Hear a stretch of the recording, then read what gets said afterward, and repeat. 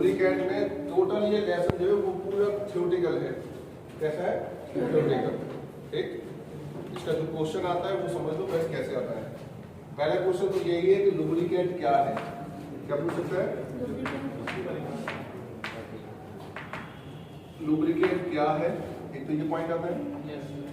इसका जो second point add करके आता है वो आता है इसका वर्क यानी कार्य। लुब्रिकेंट का कार्य क्या होता है। और तीसरा पॉइंट पूछता है प्रॉपर्टी। पूछता है प्रॉपर्टी मीन्स विशेषता भी पूछ सकता है। ठीक, इन पॉइंट हो गए।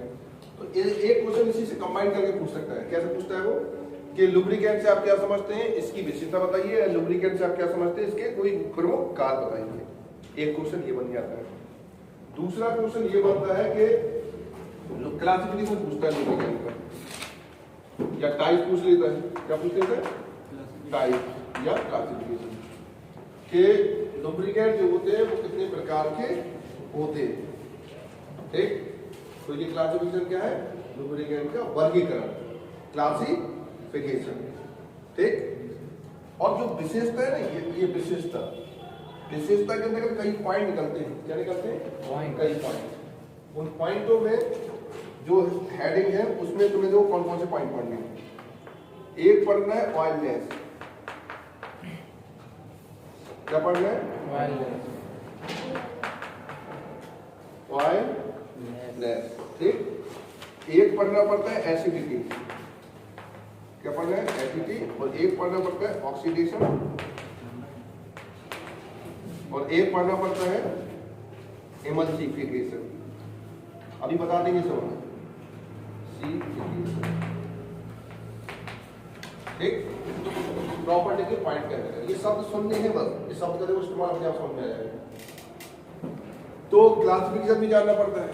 क्लासिफिकेशन में कुछ नहीं, बस हमें ये जानना होता है कि जो लुब्रिकेंट होता है, जो क्या होता है लुब्रिकेंट, वो कितने टाइप्स का होता है, या क्लासिफाई करें तो कैसा होता है लुब्रिकेंट। तो सबको पता है कि लुब्रिकेंट की जो अवस्था होती है, एक सॉलिड फॉर्म होता है लुब्रिकेंट, एक लिक्विड होता है, ठीक है, और एक सेमी सॉलिड होता है। सेमी सॉलिड, ठीक है। तो एक और गैसीय मिश्रण टाइप का होता है, लेकिन उसको हम नेगलेक्ट मान के चलना है। सिर्फ तीन को याद रखना है। किसको? Solid, liquid, semi solid. तीन टाइप का लुब्रिकेंट होता है। जहां तक क्लियर, ठीक है। अब इतना जो मेन पॉइंट है, इसी प्रॉपर्टी में 4 पॉइंट लिख ही दिए। 2 पॉइंट और है इसमें। कितने पॉइंट? 2 पॉइंट जो अलग से भी पेपर पूछता है। वो कैसे पूछता है? अलग से। एक पूछता है फ्लैश पॉइंट, ठीक है, और एक पूछता है क्लाउड एंड 4 पॉइंट से आप क्या समझते हैं। ये लेसन क्या हो जाएगा? सॉफ्ट हो जाएगा। इतने हेडिंगों पे कंट्रोल बनाना है सिर्फ। इसके इर्द गिर्द नॉलेज को घुमाना है। अगर इसके आसपास की सारी नॉलेज को तुम थ्योरेटिकल, और देखो इसमें दिक्कत क्या है, इसमें कहीं कोई रिएक्शन ऐसा कुछ भी नहीं है। सिर्फ भाषा का खेल है। किसका? भाषा का खेल। और लुब्रिकेंट की खासियत है, अगर तुम भाषा का डायरेक्शन समझ गए तो कुछ भी पूछेगा तो बन जाएगा इस एंगल पे लिखना है। समझ में आ गया? अगर तुम एक बार इंटेंस समझ के, जैसे होता है ना निबंध लिख के बनता है सबसे। अगर किसी व्यक्ति को किसी कृषि के ऊपर निबंध लिखने के लिए कहा जाए, किसी चीज में लिखने के लिए निबंध कहा जाए, तो जरूरी नहीं है कि हम निबंध को पढ़ें। हम अपने परसेप्शन के आधार पर भी निबंध क्रिएट कर सकते हैं। लेकिन क्यों? क्योंकि उसका बेसिक नॉलेज तुम्हें है कि क्या होता है उसमें। उसी तरीके इसका बेसिक नॉलेज समझ में आ जाएगा तो कोई भी लेसन की कोई पॉइंट होगा हैंडल हो जाएगा। कुछ पॉइंट होंगे जिसकी थोड़ा सा स्टेटमेंट क्लियर करना पड़ेगा, तो क्लियर, जैसे एक ये और एक ये, इसमें थोड़ा सा ध्यान देना है, बाकी कंट्रोल में आ जाएगा। तो देखो स्टार्ट करें लुब्रिकेंट से। क्या है? तो स्टार्ट करने से पहले लुब्रिकेंट की आवश्यकता क्यों पड़ी, ये सबसे पहले पॉइंट आएगा। हम लोग एज्यूम करके चलेंगे, कोई सत्य नहीं है ये मान के चलेंगे। मानो ऐसा हुआ होगा, हम लोग ऐसे सोच के चलेंगे कि जब कोई चीज मशीन बनी होगी, क्योंकि मशीन एक बार में तो बनी नहीं होगी, शुरुआत हुई होगी मशीन बनने की। मान लो छोटा सा कोई कटर ही बना। क्या बना? कटर चलाने वाला, जिसमें बीच में बोल्ट लगा दिया, लोहे की उसमें पत्ती लगा दी, उसके ऊपर नीचे करना है, सरौता जिसे बोलते हैं। क्या बोलते हैं? सरौता। फिर कैंची, ऐसे छोटे छोटे उपकरण मार रहे हैं, बने हुए। फिर बड़ी बड़ी मशीनरी बनना शुरू हुई। आज के दौर पे तुम देख रहे हो सब कुछ व्हीकल्स, मशीन, सब मेटल से इस्तेमाल है। तो हुआ क्या कि आज का जो मॉडिफिकेशन है, तो तुम सोच के देखो कि लुब्रिकेंट क्यों बनाया उन लोगों ने। जैसे तुमने देखा हो कई, जैसे भले तुमने इंजन को खोल के ना देखा हो, लेकिन तुम ये जानते हो कि बड़े बड़े मशीनरी इंजन को खोले अगर हम, तो उसमें बड़े बड़े उपकरण निकलते हैं, होते हैं ना छोटे पार्ट, बड़े बड़े बक्से, गेयर बॉक्स होते हैं। तो मान लो कोई गेयर बॉक्स ऐसा है, देखे होंगे ऐसे तुम लोगों ने, ऐसा गेयर बॉक्स में कोई पार्ट होते हैं कि नहीं होते? ठीक है, जैसे क्रेन शाफ्ट होती है, कुछ भी नहीं जानते तो तुम इतना तो जानते हो कि इस टाइप का कोई बीक होता है कि नहीं होता है, फास्ट टाइप का। तो होता क्या है, मान लो इसकी लोहे की चीज अभी ये बना नहीं है, मान लो एक लोहा है, ये क्या है, लोहा, ये 1 kg है मान के चले, कितना 1 kg, इसकी कॉस्ट है 100 रुपीज। कितना रुपए? 100 रुपीज। फिर इसको कंपनी में ले जाया गया इस लोहे को, मटेरियल को, और उससे ये डिजाइन बना लिया गया जो गाड़ी में लगना है हमारा। ठीक, वजन उतना ही है, कंपनी में गया, बनाया, रेडी किया, तो लगभग हम माने कि 3000 कीमत हो गई होगी, नहीं होगी? 100 रुपए के लोहे से कितने हजार का हमने प्रोडक्ट बना लिया? 3000 का प्रोडक्ट। ठीक, अब इस प्रोडक्ट क्यों भाई, लोहा मटेरियल तो हुआ, वजन तो एक ही इसका भी, एक ही इसका भी, कुछ किया थोड़ी ना, कमी होगा, ज्यादा नहीं होगा।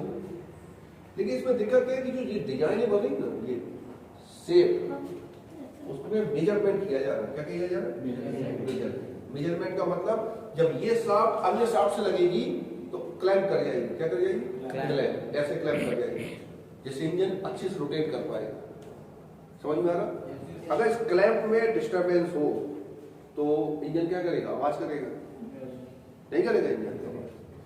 तो मान के चलो लुब्रिकेंट नहीं होता और ये पार्ट को बिना उसके फिट करके डाल दे मशीन के अंदर, गाड़ी में या किसी चीज में, गाड़ी चलेगी, नया नया पार्ट है, तेजी से चलेगा कि नहीं चलेगा? तो सब जानते हैं कि अगर पार्ट आपस में टकरा कर घूम रहे हैं तो एक समय आएगा इसका वॉल्यूम आयतन प्रसार हो जाएगा, आयतन प्रसार यानी ये गर्म हो जाएगी। तो जब ये गर्म होगी तो इसका देखो, एक क्लैंप इस तरफ है इसका, तो अगला क्लैंप इस तरफ होगा, मान लो वो एक दूसरे से घुमाएगा टकरा के, तो ये क्लैंप टकराएंगे नहीं टकराएंगे? तो डैमेज होंगे, होंगे कि नहीं होंगे? तो एक ही दिन में 3000 का लॉस हो जाएगा और वो इस पार्ट को उससे बदलना पड़ जाएगा, नहीं बदलना पड़ जाएगा। और अगर ऐसे गाड़ियों में पर डे के पार्ट बदलना पड़े, गाड़ियों में, मशीनरी में, तो क्या कोई गाड़ी खरीदेगा? भाई वो एक बार 10 लाख इन्वेस्ट करके गाड़ी खरीद सकता है, लेकिन अगर पर डे उसका खर्च 3000, 5000 पार्ट चेंज करने में आए तो अफोर्ड नहीं करेंगे लोग। समझ रहे हो? तो उन्होंने देखा, ऐसे नहीं कि साइंटिस्ट लोग जिन्होंने इसको डिजाइन किया होगा उसने सोचा नहीं होगा, उन्होंने बनाया, बिना लुब्रिकेंट के यूज करके देखा, तो उन्होंने देखा कि कुछ घंटे चलने के बाद पार्ट क्या हो गया? डैमेज हो गया। तब उन्होंने सोचा कि भाई इसका अल्टरनेटिव ढूंढना ही पड़ेगा। तब किसको जनरेट किया होगा उन्होंने? ये जो थ्योरी लगा रहे हैं ये परसेप्शन थ्योरी है, जरूरी ऐसा किया हो लोगों ने, लेकिन एज्यूमिंग थ्योरी होगी ना, ये शायद इसलिए उन्होंने इसको खोजा होगा लुब्रिकेंट।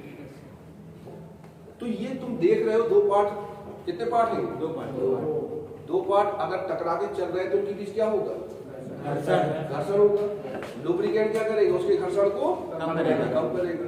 तो कोई पूछे लुब्रिकेंट क्या है, तो किसी दो पार्ट, कितने? दो पार्ट को विपरीत दिशा, कौन सी दिशा? विपरीत दिशा। अगर सेम दिशा में घूमेंगे तो घर्षण नहीं होगा, सेम दिशा में कोई वस्तु घूमेगी तो घर्षण नहीं होगा, विपरीत दिशा में घूमेंगे तो घर्षण होगा। तो किन्हीं दो पार्ट के विपरीत दिशा में घूमने पर उत्पन्न घर्षण को कम करने के लिए उपयोग पदार्थ लुब्रिकेंट। यानी सीधा कहें तो घर्षण को कम करने वाला पदार्थ लुब्रिकेंट। कोई पूछेगा लुब्रिकेंट क्या है, तो दो विपरीत दिशा में गति करते हुए पार्ट के बीच लगने वाले फ्रिक्शन को कम करने वाला पदार्थ लुब्रिकेंट। पहला पॉइंट समझ में आया? परसेप्शन समझ में आ गया? फ्रिक्शन को कम कर रहा है। अब मान के चलो ठीक है, फ्रिक्शन कम कर दिया, इसलिए हमने उसको लुब्रिकेंट कह दिया। अब बात आएगा उसका कार्य क्या है। तो साइंटिस्ट ने लुब्रिकेंट को क्यों बनाया? क्योंकि अगर मान लो लुब्रिकेंट नहीं होता तो ये पार्ट क्या हो जाता है? डैमेज। हमारे पास अब लुब्रिकेंट है तो पार्ट को लंबे समय तक चलाया जा सकता है ना। लुब्रिकेंट डाल देंगे तो पार्ट का फ्रिक्शन क्या हो जाएगा? कम। तो अब देखो वर्क देखना, जैसे वर्क लिखना है मान लीजिए, तो पहला वर्क तो यही हो गया, फ्रिक्शन को क्या करता है? घर्षण को क्या करता है? कम। पहला काम ठीक। दूसरा पार्ट्स को डैमेज होने से क्या करेगा? दूसरा काम। और पार्ट अगर डैमेज कम होंगे तो एज क्या हो जाएगी?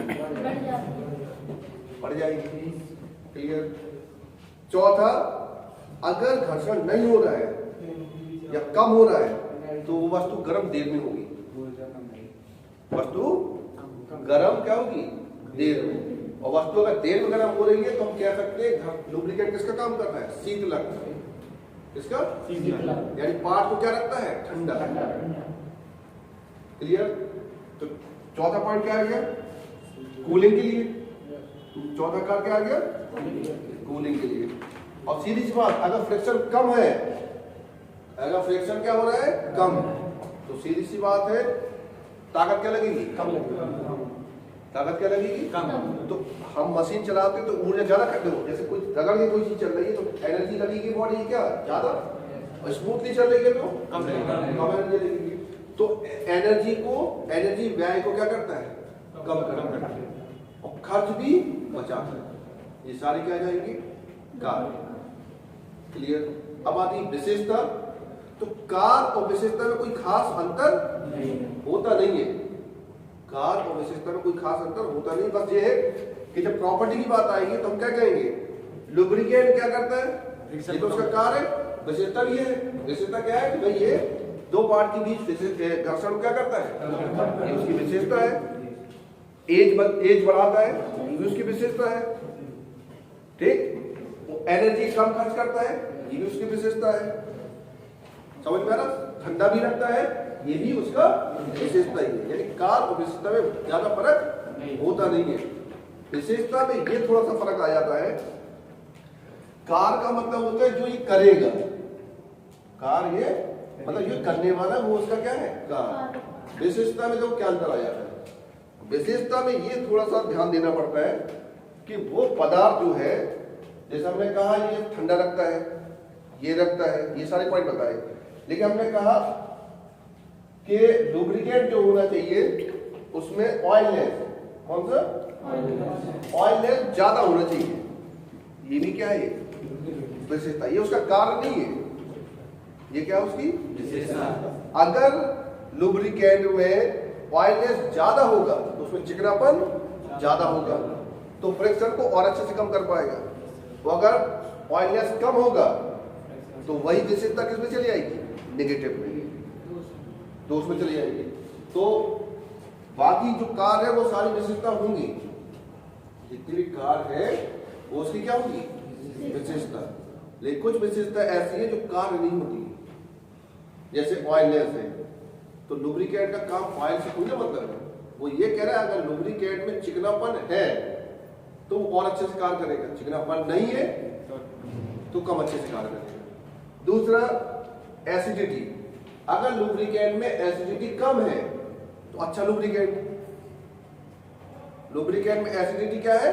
कम, तो अच्छा लुब्रिकेंट। एसिडिटी ज्यादा तो खराब लुब्रिकेंट कंपेयर टू। तीसरा ऑक्सीडेशन। लुब्रिकेंट का ऑक्सीडेशन नहीं होना चाहिए। क्या नहीं होना चाहिए? ऑक्सीडेशन नहीं होना। अगर ऑक्सीडेशन हो जाएगा तो लुब्रिकेंट के द्वारा पदार्थ क्या नहीं होनी चाहिए? ऑक्सीडेशन। क्योंकि अगर ऑक्सीडेशन हुआ तो मेटल क्या हो जाएगी? संक्षारित हो जाएगी। क्या हो जाएगी? तो हमें पुर्जों को बचाना है ना, इसलिए उसके अंदर ऑक्सीडेशन का गुण नहीं होना चाहिए। ये उसकी क्या होनी चाहिए? ये क्वालिटी होना चाहिए। किसमें?